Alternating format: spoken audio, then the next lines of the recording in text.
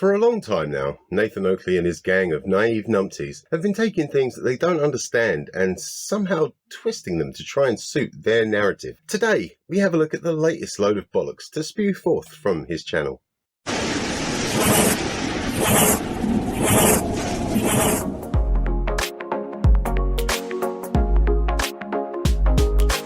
Hi, I'm LimeyPlay, and thank you so much for joining me today. Yes, we are looking at Nathan Oakley's channel once again. I know I can't seem to stay away from it, but hell, he just keeps on posting stupid videos that need correcting and a lot of laughing at. As I already mentioned, he and his minions consistently display a misunderstanding of some fairly simple concepts, and often end up thinking that they've proven flat Earth, or at the very least disproved the globe. This is never the case though, and today is no different. So, what are they getting wrong now? Let's take a look. Sextant could only work on a flat plane because you can't achieve an angle without two straight lines. You need a corner, a vertex.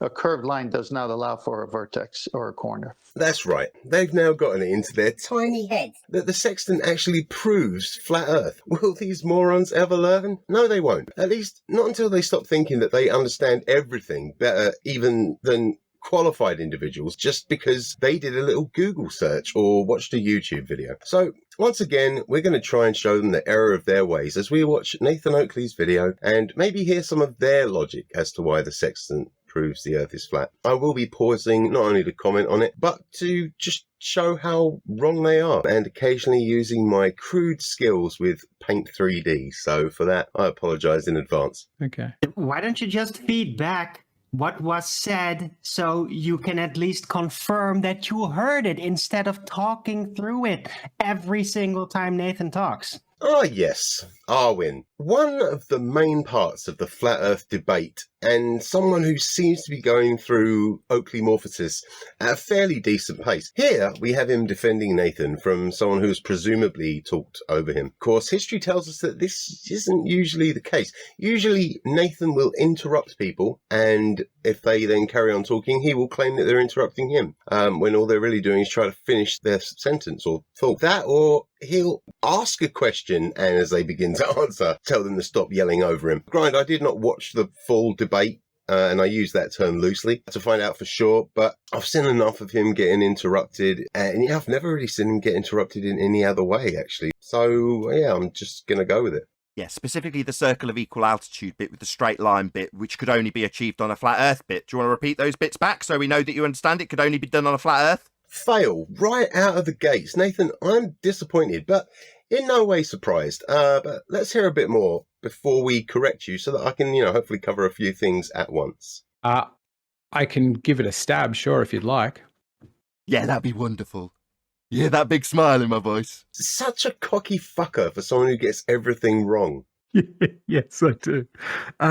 It sounds like you can get by getting an angle I'm not going to use the correct words, but getting an angle to a celestial body, I can draw a line down from there and know where in a line completely around me, there's going to be a circle at which it's all going to be the exactly the same angle from off the horizon. First, I like this guy for laughing off Oakley's sarcasm. That's a great way to handle it. But from how the gentleman is speaking, I would definitely say that he has no real expertise in, celestial navigation, ergo probably wouldn't understand how a sextant actually works. I wonder why Nathan hasn't found someone with this knowledge to discuss his claims with. All the same altitude. Circle of equal altitude. Angled altitude, sure. I'm trying to deliberately. No, you seem confused. Not the same angle of altitude. A circle of equal altitude. No. You keep adding angle. Just circle of equal altitude. That would be a circle around you that's all the same altitude. This bloke definitely doesn't really understand this, which is obviously fine. No one person can understand everything, and we generally focus on the things that are of use to us and our lives. So again, I wonder why Nathan is using this man to try and prove his claim against. Could it be that maybe he just knows he's full of shit? Sure, yep. Circle of equal altitude. That's what I think you mean. That would be flat then. That's flat. And to make the measurements with your flat triangle with its flat bottom, it's got to be flat to do that. Do you understand that? Because that's something you seem to have an issue with, saying it couldn't be done on a flat Earth. And yet it seems, as pointed out 7 times by me, that it could only be done on a flat Earth. Do you understand that? This could only be done on a flat Earth. Again, you're amazingly wrong, Nathan.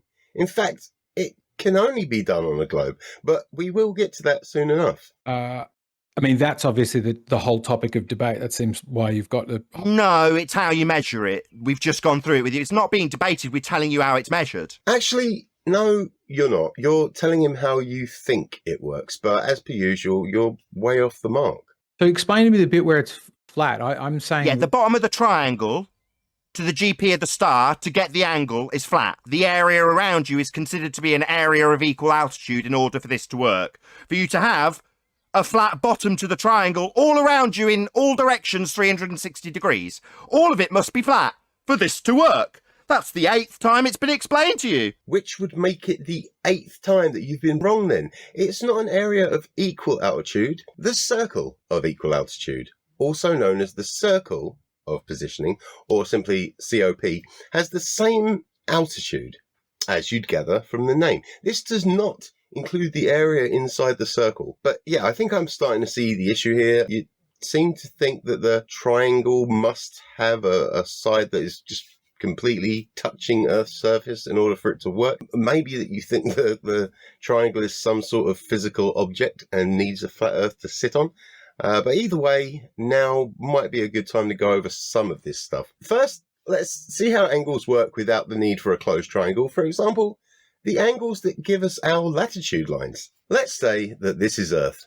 Now, for any flirths watching, I'm doing this in 2 dimensions at the moment, so you may have to just use your brains a little. Sorry for that. This line represents the equator. This dot represents the center of the Earth. This line goes from the center of the Earth to the equator and sits at 0 degrees. If we draw a straight line down through the center of the Earth, we connect the poles. The North Pole sitting at 90 degrees north, and the South Pole, funnily enough, sitting at 90 degrees south. Let's add another latitude line. Now we draw a line from the center of the Earth to the new latitude line, in line with where the first red line meets the equator. We have just created an angle. The measurement of this angle gives us our latitude measurement, which in the example is 40 degrees north. For the longitude, I found a pretty decent picture online, so we will use that. We start at the prime meridian, which goes from pole to pole through Greenwich, England. We also refer to this as the Greenwich Meridian Line, or the Greenwich Hour Angle, or GHA, in the case of navigation.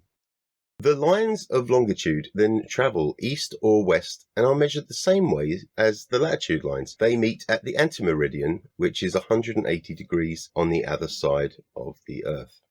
To be more precise, we need to go smaller than degrees, so we use arc minutes and arc seconds. We know that there are 360 degrees in a circle or sphere. Each degree is 60 arc minutes, and of course each arc minute is 60 arc seconds. At sea level, 1 minute of arc is equal to exactly 1 geographical mile at the equator. Arc seconds can be broken up further into decimal degrees. Making it very easy to remember arc minutes and arc seconds, we can use the same symbols as we use for feet and inches, or we can use arc min and arc sec. For example, Santorini, Greece is latitude north 36 degrees, 23 minutes, 35.3623 seconds. Longitude east 25 degrees, 27 minutes, 41.4331 seconds. Let's check back in with the Oakley crew before we go on to celestial or astro navigation. I'd certainly get you repeating yourself. It doesn't mean that the point... That they don't use a circle of equal altitude and get a flat bottom that you explained to us with a triangle that you explained to us. It doesn't mean that bottom of the triangle's flat. It could be curved or dodecahedron shaped, even though it's absolutely flat and must be for this to be triangulation. It has to be flat, but maybe it's just my opinion and worth debating over this fact of geometry. No, it has to be flat, mate, or it wouldn't work. That's a fact. Not an opinion, not worth debating, a statement of cold, hard fact. Flat. So you're saying that it's flat then? Here's the thing. Let's forget for, the moment the horizon and how things disappear bottom first over it proves Earth curvature. When using a sextant to check the angle of a celestial object, we do that against the horizon. We're not trying to form a triangle. We're just measuring one angle, which is what the sextant does for us. In fact, if you use the sextant with the sun, and if you know what time zone you're in, you can easily determine your latitude. And then if you use GMT time, you can then determine your longitude for a very accurate position. You can also use other celestial objects like the moon or the stars, but we will get to that a little bit later. So Yeah, the rules wouldn't work on a curved surface. Also reiterated by you when you said that this does not prove a sphere, which is exactly why the hell we're here. So that's also incorrect. The sextant does a very nice job of proving a spherical Earth, as it just wouldn't work on a flat Earth. For daytime celestial navigation, the sun would behave very differently from what we see, moving through different positions to those that we observe. It becomes even more apparent when we turn to the stars. So the time between darkness and sunrise is divided into 3 twilights. You have astronomical twilight, then nautical twilight, and then civil twilight, so from darkness to sunrise. During the middle, nautical twilight, we can clearly see the horizon and stars at the same time. How this also proves the globe is the most obvious in the southern hemisphere. On flat Earth, south is a direction that points outwards, away from the North Pole in every direction.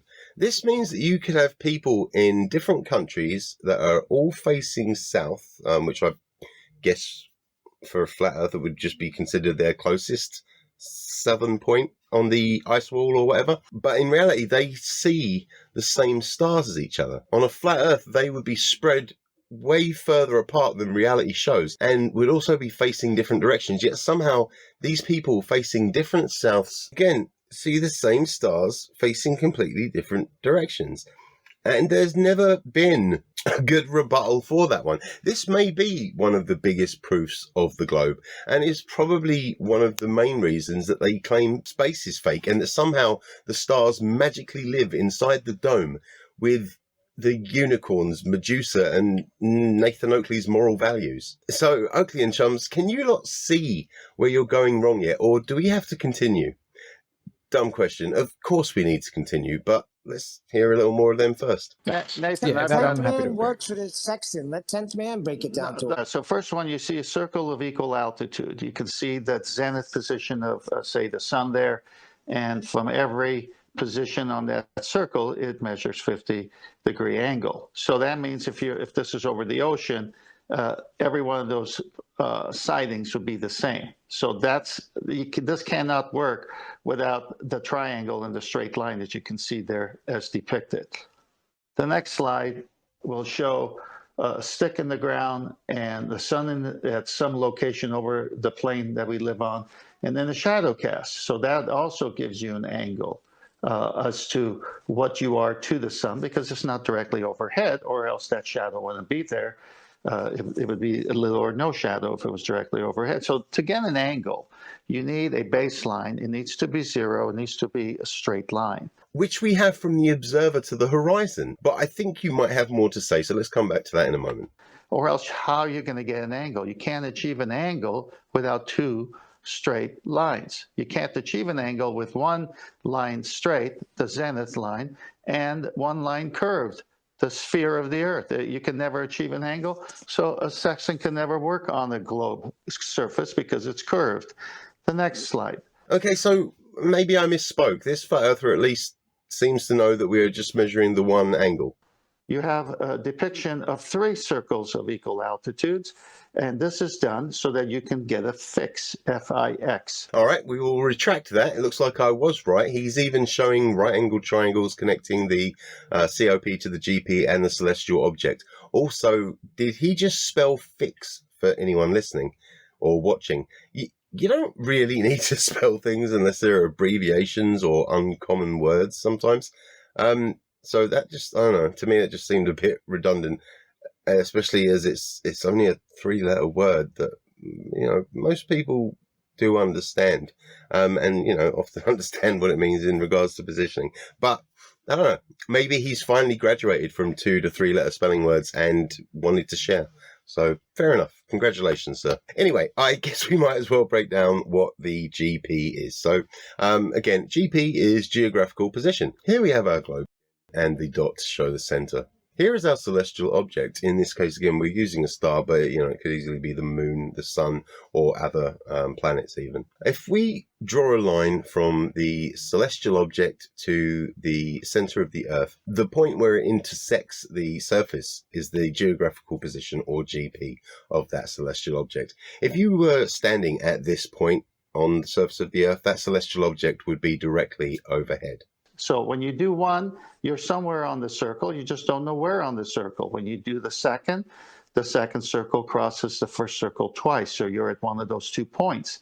When you do a third celestial sighting, then you're able to see where all 3 circles cross, and that is your fix.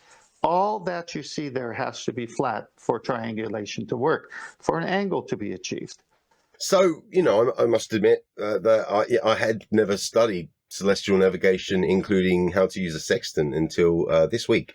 But out of all the training I looked at and formulas that I studied, and a couple of people that actually know this stuff, that are friends in the Navy, I never had anyone needing to have a completely closed triangle on a flat surface with a 90-degree angle at the GP. The only angles I saw being used in this regards is just the angle between the celestial object and the horizon, referred to simply as altitude, and sometimes the zenith angle, which when added to the true altitude will actually give you a 90-degree angle. However, this right angle is at the center of the Earth and extends out to the equator and one of the poles. Of course, other angles and even spherical triangle calculations come into play sometimes, but it would seem that we never need the Earth to be flat to do those either, and that's in regards more to like sort of great circles, and you don't need them at all to work out your circle of position and distance to the GP. Let me just try to explain this with some drawing, as it were, or models, I don't know. Anyway, so here we're going to have our 3-dimensional globe, just to make it easier for flat earthers to understand. Here's our celestial object. Now, here's our circle of equal altitude, aka circle of positioning. I'm drawing a 2-dimensional circle here to show first that it is flat, and therefore will perfectly represent equal altitude. Let's place this onto our 3-dimensional globe.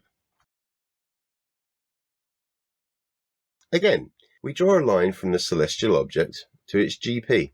Obviously, it would continue to the center of the Earth, but we won't show that here, as I've made it a solid 3D object. The GP is at the center of the circle, and because the circle is flat, 2-dimensional, we know that it will be equidistant from any point on the circle to the star. This is how we can have a circle of equal altitude on a globe.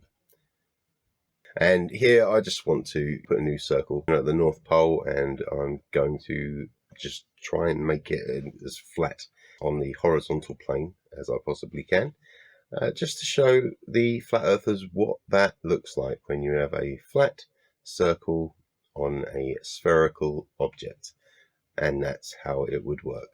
Dear oh dear oh dear, Nathan, my pedigree chum, it really does seem that you and your little mates are just pulling things right out of your arse again. Of course, I'm sure you lot will either dispute or outright deny this due to severe cases of Dunning-Kruger. But let's try to demonstrate this a little bit more visually.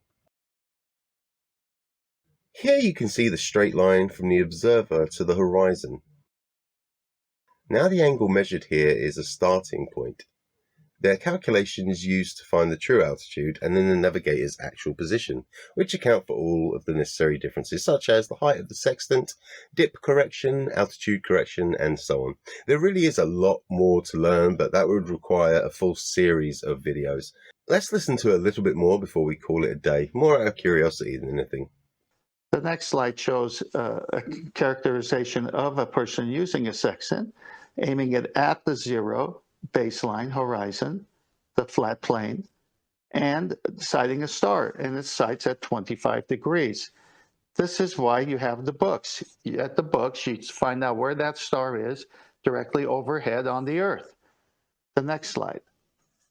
As you can see here, you don't need a flat plane. It's a direct line from the observer's eye or sextant to the horizon. So that line's already starting away from a flat plane. Simple as that. This shows exactly how it would be done. So here to the left, the middle of the picture is a little characterization of a sextant being used. You got star A right there, 90 degree, and anywhere on that circle is 900 miles away from it. And strangely enough, you've drawn the lines from the GP to the feet of the observer. Methinks that's done intentionally to keep it flat. Of course, I may be wrong. Still, I think we've covered this bit already, so we're going to leave it here.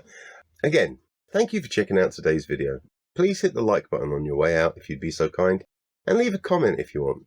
Be sure to subscribe and ring the notification bell to get notified whenever I make new content, and if YouTube feels like sending the notification. Check out my description links where you can also join my Discord, follow me on Facebook, Twitter and Instagram. There is also a link to my YouTube gaming channel and Twitch stream.